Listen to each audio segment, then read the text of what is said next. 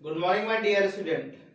बेटा last lecture में हम लोगों ने वेव मैकेनिकल मॉडल जो है स्टार्ट किया था, जिसमें जिसकी श्रोडिंगर वेव क्वेश्चन थी, जिसका फॉर्मूला यहाँ पे बेटा माइनस मैंने लगाया था ना, तो आप लोग सही कर लो। यहाँ पे प्लस है, plus 8 pi square M upon H square. ठीक है, ये श्रोडिंगर वेव क्वेश्चन थी। ये जो श्रोडिंगर वेव क्वेश्चन थी, ये मिक्सचर थी किसकी किसकी इक्वेशंस का बेटा। एक तो तुम्हारी डी ब्रोगली वेवलेंथ थी और दूसरी हाइजेनबर्ग अनसर्टेनिटी प्रिंसिपल का। दोनों प्रिंसिपल लगाए गए थे यहाँ पे। एक तो डी ब्रोगली वेवलेंथ लगाई गई थी और क्या बताया गया था बोलो, और एक हाइजेनबर्ग अनसर्टेनिटी प्रिंसिपल लगाया गया था। ठीक है, उसके अकॉर्डिंग, इसी के अकॉर्डिंग ये जो है पूरी जो तुम्हारी वेव मैकेनिकल मॉडल की जो श्रोडिंगर वेव क्वेश्चन ड्राइव की गई थी बेटा। कैसे ड्राइव करते हैं, आगे आने वाले जो क्लासेस होंगी, आपकी हायर क्लासेस होंगी, वहां पे आप इसको ड्राइव करना सीखोगे। बीएससी में सीखोगे, ठीक है ना। आप फिजिक्स में सीखोगे जब आप बीएससी कर रहे होगे, आप जो है इंजीनियरिंग कर रहे होगे, तब आप ये सीखोगे चीजें कहाँ से कैसे ड्राइव होती हैं। लेकिन अभी तक तुम्हारे सिलेबस में ये है नहीं। लेकिन अभी इसके सिग्निफिकेंस पूछते हैं कि भाई साई का सिग्निफिकेंस क्या है। तो देखो बेटा, इलेक्ट्रॉन को अभी ये जो वेव मैकेनिकल मॉडल था बेटा, वेव मैकेनिकल मॉडल में इलेक्ट्रॉन को क्या माना गया है बोलो बेटा। इलेक्ट्रॉन को क्या माना गया है, इलेक्ट्रॉन, ठीक है ना। इलेक्ट्रॉन अज्यूम एज क्या बेटा, वेव। तो वेव को कैसे आप रिप्रेजेंट करते हो, वेव कैसे रिप्रेजेंट करते हो बेटा बोलो। इसे आप कैसे बताते हो ना कि ये वेव्स है, वैसे तो ये साई क्या है, ये वेव ही है। ये इलेक्ट्रॉन का ये बताया गया कि भाई न्यूक्लियस के चारों तरफ ये वेव बना के जो है ट्रेवल कर रहा है। तो ये जो साई है बेटा, इसका सिग्निफिकेंस इतना ही केवल है कि ये इलेक्ट्रॉन के वेव नेचर को रिप्रेजेंट कर रहा है। तो ठीक है ना। तो अगर मैं तुमसे बोलूंगी कि व्हाट इज, क्वेश्चन के फॉर्म में, what is physical significance of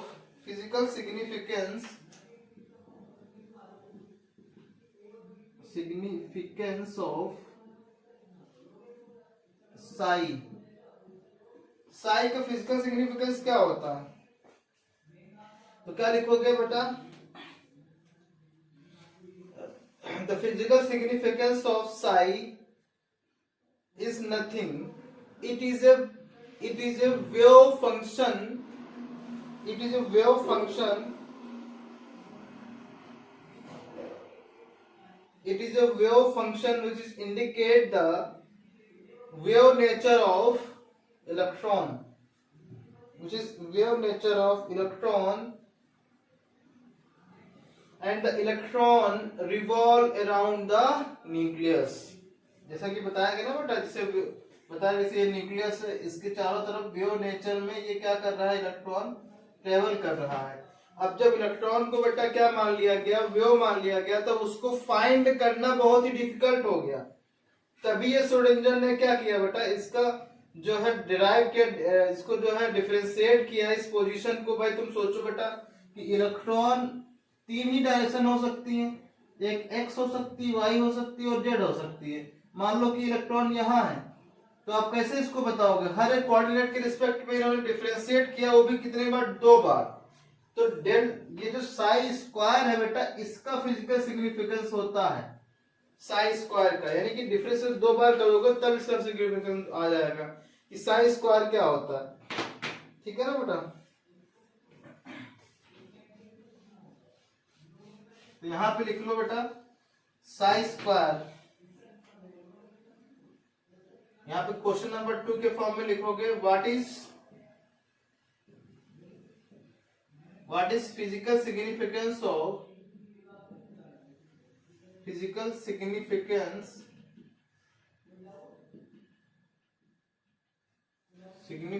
of Sai square. तो ये क्या बन जाता है, साई स्क्वायर क्या बन जाता है बेटा बताइए। तो आंसर क्या हो जाएगा, the physical significance of psi square, the physical significance of psi square is the maximum density of finding of electron, the physical significance of Sai square लिखो बेटा, the maximum density of finding of electron around the nucleus, ये है probability. ये क्या बेटा, probability है Sai square. तो यहाँ पे क्या लिखोगे, द प्रोबेबिलिटी ऑफ, यहाँ पे लिखोगे बेटा साई स्क्वायर, इसका फिजिकल सिग्निफिकेंस क्या होता है साई स्क्वायर का, it is the probability of finding of electron around the nucleus, या इसको डेंसिटी के टर्म में भी लिख सकते हो, the density of finding of electron around the nucleus is called Sai square. और साई स्क्वायर को ही क्या बोलते हैं बेटा, ऑर्बिटल बोलते हैं। ठीक है ना, मतलब ये न्यूक्लियस है, जैसे न्यूक्लियस है तो ये इलेक्ट्रॉन यहाँ यहाँ यहाँ यहाँ यहाँ यहाँ यहाँ कहीं भी मिल सकता है बेटा, क्योंकि इलेक्ट्रॉन को क्या मान लिया गया, वेव मान लिया गया, तो वेव कहीं भी प्रेजेंट हो सकती है बेटा। लेकिन यहाँ पर डेंसिटी क्या होती है, अधिक होती है न्यूक्लियस के चारों तरफ, प्रोटॉन न्यूट्रॉन, यहाँ पे इलेक्ट्रॉन पाए जाने की संभावना सबसे अधिक होती है। तो ये क्या हुआ, ये हुआ बेटा इलेक्ट्रॉन क्लाउड, इलेक्ट्रॉन क्लाउड को। ठीक है ना, तो साई स्क्वायर को कहेंगे क्या बेटा, ये कहेंगे probability of finding of electron around the nucleus is called क्या बेटा, साई स्क्वायर। यही क्या कहलाएगा बेटा, साई स्क्वायर कहलाएगा। इसी को क्या कहेंगे, ऑर्बिटल कहेंगे, ऑर्बिटल कहेंगे, और या प्रोबेबिलिटी कहेंगे, probability of finding of electron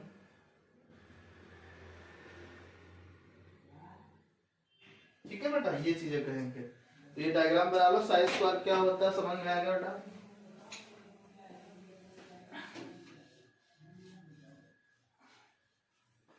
तो हेडिंग डाल के लिख लो ऑर्बिटल। तो ऑर्बिटल क्या होता है बेटा, बताइए आप।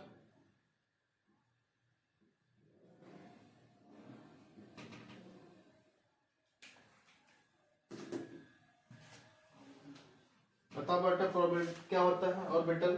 तो इसमें लिखोगे the maximum probability of finding of electron around the nucleus in 3-dimension space inside the atom is called orbital, बेटा ऑर्बिटल। जैसे ये है बिल्कुल सेम टू सेम डायग्राम बनेगा। ये न्यूक्लियस है, proton neutron, proton positive charge होता है। और मैक्सिमम प्रोबेबिलिटी क्या होगी बेटा, मैक्सिमम प्रोबेबिलिटी यहां से स्टार्ट हो जाएगी। न्यूक्लियस के चारों तरफ मैक्सिमम प्रोबेबिलिटी ज्यादा होगी, डेंसिटी यहां पे ज्यादा होगी ना बेटा। तो न्यूक्लियस के चारों तरफ का वह क्षेत्र जहां पर, वो भी 3 डायमेंशन में गोलाकार वाला, जहां पे इलेक्ट्रॉन पाए जाने की संभावना सबसे अधिक होती है, वो क्या चीज कहलाएगी, ऑर्बिटल कहलाएगी। तो बताओ बेटा यहाँ पे सबसे ज्यादा संभावना कहां पे हो रही है, यहाँ पे। तो ये मैक्सिमम प्रोबेबिलिटी होगी।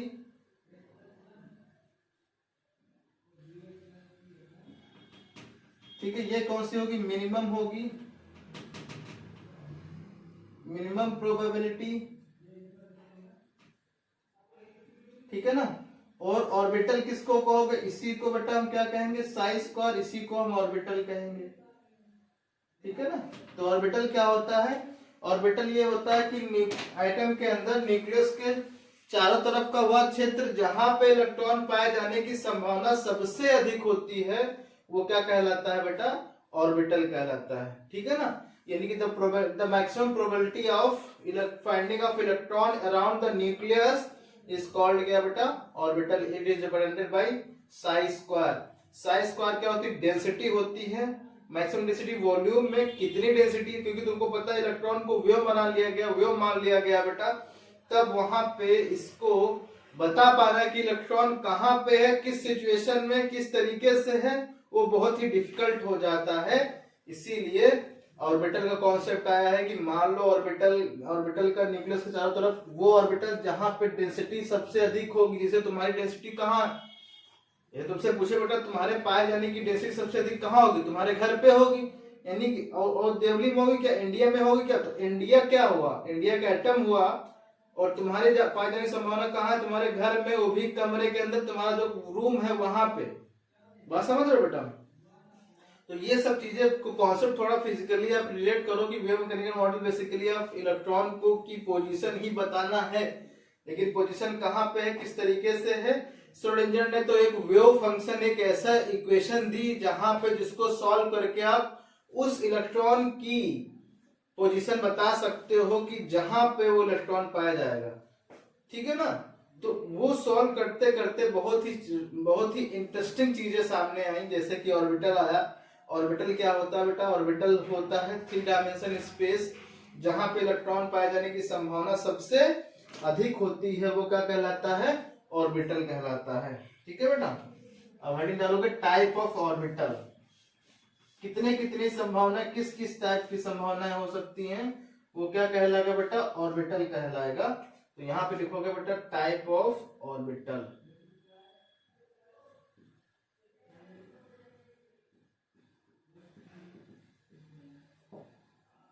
तो बेटा जब उस फिजिकल जो मतलब जब हम तो साइंटिस्टों ने क्या बेटा जो श्रोडिंगर वेव इक्वेशन को सॉल्व किया, तो बहुत सारे दूसरी चीजें आई, जो है इक्वेशंस आई, और उस इक्वेशन के अकॉर्डिंग हम लोगों ने न्यूक्लियस के चारों तरफ का वो रीजन बताया कि इन रीजन में इलेक्ट्रॉन पाए जाने की संभावना सबसे अधिक होगी, और उन्हीं रीजन को हम लोगों ने क्या कह दिया बेटा, ऑर्बिटल कह दिया, ठीक है ना। बात समझ में।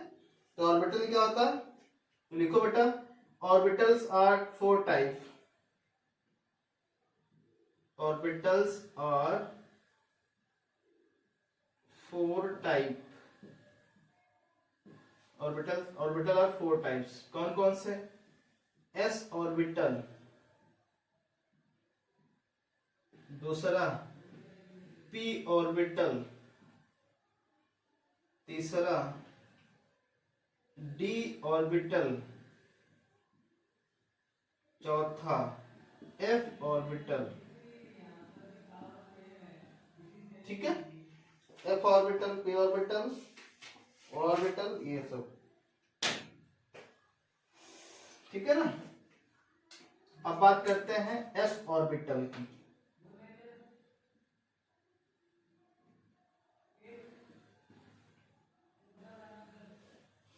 अब पहले बात तो हम सबसेल की करते हैं। एस सबसेल में इलेक्ट्रॉन कितने होते हैं, एस सबसेल में इलेक्ट्रॉन कितने होते हैं बेटा, स्क्वायर होता है ना, ऐसे लिखते हो ना, तो दो इलेक्ट्रॉन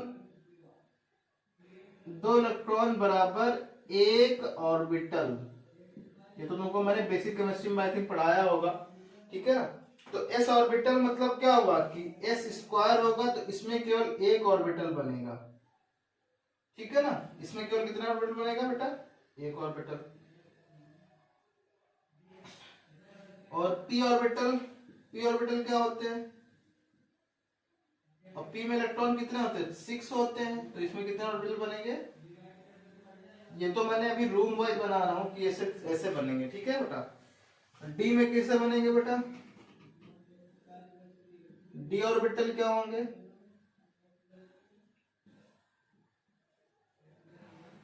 1 2 3 4 5, 1 2 3 4 5, ठीक है ना, क्योंकि डी में 10 इलेक्ट्रॉन होते हैं।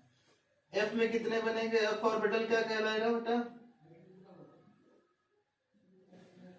1 2 3 4 5 6 7, क्योंकि एफ में कितने होते हैं, 14 होते हैं, ठीक है ना। 1 2 3 4 5 6 7। अब ये ऑर्बिटल्स हैं बेटा, याद रखना ऑर्बिटल, ये ऑर्बिटल क्योंकि एक है, ये पी ऑर्बिटल से हुए है, मतलब एक से अधिक, एक केवल क्या कहलाएगा, एक ऑर्बिटल। तो ये एक जो है ये एफ ऑर्बिटल है, ये एक क्या है, एक डी ऑर्बिटल है। एक से अधिक ऑर्बिटल अगर है तो वो ऑर्बिटल्स कहलाते हैं। तो अगर मैं तुमसे बोलूं कि डी ऑर्बिटल क्या हुआ, तो एक ऑर्बिटल की बात हो रही है। अगर मैं डी ऑर्बिटल्स की बात करूं तो डी में कितने ऑर्बिटल बनेंगे उनकी बात हो रही है, ठीक है बेटा, बात समझ रहे हो। तो ये तो जो है रूम डिस्ट्रिक्ट वाइज होते हैं ना बेटा, उस तरीके का मैंने शेप बताया कि भाई पी ऑर्बिटल होते हैं, एस ऑर्बिटल होते हैं। अब ये नहीं बताया कि भाई उन इक्वेशन को सॉल्व करके जैसा जैसा शेप आया था उस तरीके का हम लोगों ने नहीं बनाया, मैंने एक रूम वाइज बना दिया, जबकि शेप उस इक्वेशन को सॉल्व करके हमको एस का शेप आया था। तो यहाँ पे हेडिंग होगा बेटा shape of orbital, shape of orbital, ठीक है बेटा, शेप ऑफ ऑर्बिटल। तो शेप पहला जो होता है बेटा वो किसका होता है, एस ऑर्बिटल का। एस ऑर्बिटल का शेप ऐसा होता है बेटा, स्फेरिकल टाइप का, गोलाकार, इसको बोलोगे स्फेरिकल, ठीक है ना। और पी का कैसा होता है बेटा, पी ऑर्बिटल का शेप कैसा होता है, डंबल टाइप का, ठीक है। और डी का कैसा होता है बेटा, डबल डंबल, डबल डंबल मतलब एक ऐसे से डंबल, एक ऐसे डंबल, ठीक है ना, इसको बोलेंगे डबल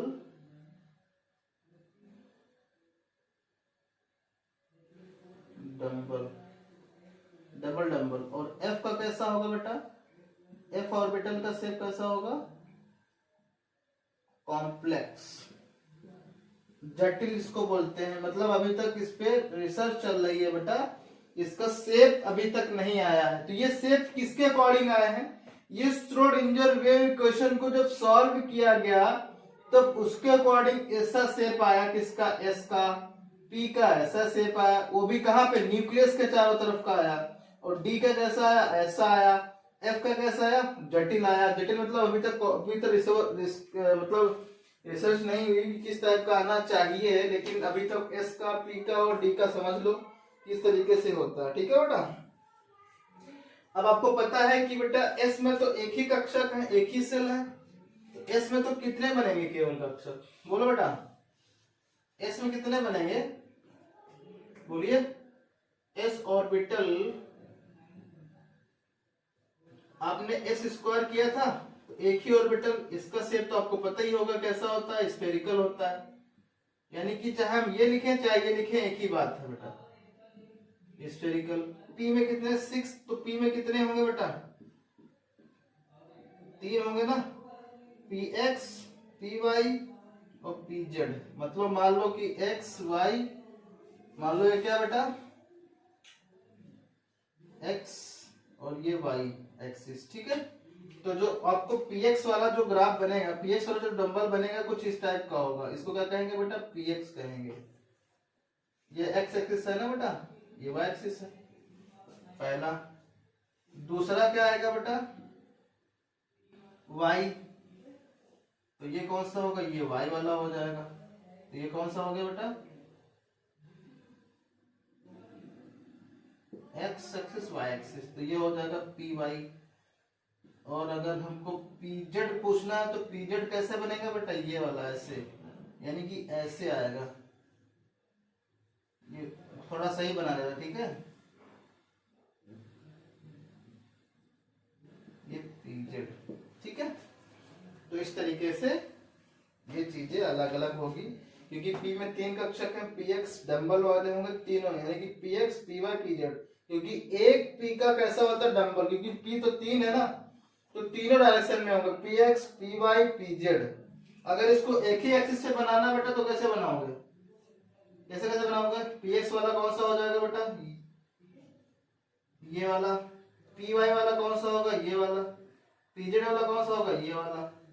तो अगर ये भी लिखा होगा तो ये p ऑर्बिटल्स की बात हो रही है, ऑर्बिटल्स की बात हो रही है, ठीक है बेटा। तो ये भी बना सकते हो, ये कौन सा होगा px, ये कौन सा होगा py, ये कौन सा होगा pz। एक ही ग्राफ पे बना सकते हो इस तरीके से, ठीक है, ओके बेटा। और हम अगर किसकी बात करें, डी की बात करें, तो डी ऑर्बिटल का शेप कैसा होता है वो देख लो।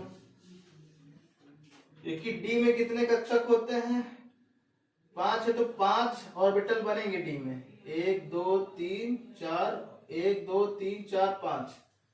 इसको बोलते हैं बेटा D X Y D Y Z D Z X D X square minus Y square और ये डी जेड स्क्वायर। ये 5 अक्षरों का तो इनका नाम लिखो, D X Y D Y Z D Z X. ये तो सिंपल से याद हो जाएगा। फिर D X square minus Y square फिर डी जेड स्क्वायर। इनका सेप कैसे देखो, डी एक्स स्क्वायर ये एक्स ये वाई, ये डबल डबल होगा ना बेटा। तो आपको क्या करना है बोलो, आपको एक्स वाई छोड़ देना है। ये एक्स एक्सिस हुआ, ये कौन सा हुआ वाई एक्सिस। तो एक्स और वाई छोड़ देना है, डबल डबल बना देना है। ठीक है बेटा, छूट गए एक्स वाई, चाहे तो ऐसे लिख दो एक्स वाई, ये एक्स डैश हो गया ये वाई डैश हो गया। ठीक है, ये कौन सा होगा डी एक्स वाई। तो यानी कि जहां पे जो एक्स वाई पूछा है तो एक्स वाई छोड़ के बनाना डबल डबल। ठीक है ना, एक्स एक्स वाई से छोड़ के बनाना है। और फिर अगर हमने किसका बनाया बेटा, ये मैंने बनाना डी वाई जेड, तो ये वाई हो जाएगा क्योंकि एक्स पहले फिर जेड, ये वाई हो जाएगा ये जेड हो जाएगा ना। तो ऐसे ऐसे ऐसे ऐसे। ठीक है, ये कौन सा होगा डी वाई जेड हो गया। फिर क्या बनाओगे बेटा, डी डी जेड एक्स, तो जेड पहले ये एक्स आ जाएगा। तो ये ऐसे, क्योंकि आपको पता है वो उन एक्सिसों पे नहीं बनाने जो एक्सिस पूछा जा रहा। फिर कौन सा बेटा,